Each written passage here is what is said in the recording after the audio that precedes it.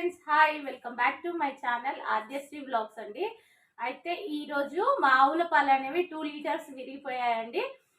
So విరిగిపోవడం వల్ల మీగడ అనేది ఎక్స్ట్రాక్ట్ చేశాను. దీంతో కలాకని స్వీట్ అనేది స్వీట్ షాప్లో అంత టేస్టీగా అంతే డెలిషియస్గా ఎలా చేయాలో చూద్దాము. అయితే నా ఛానల్ కనుక ఫస్ట్ టైం మీరు చూసినట్లయితే ప్లీజ్ దయచేసి ఛానల్ని సబ్స్క్రైబ్ చేయండి.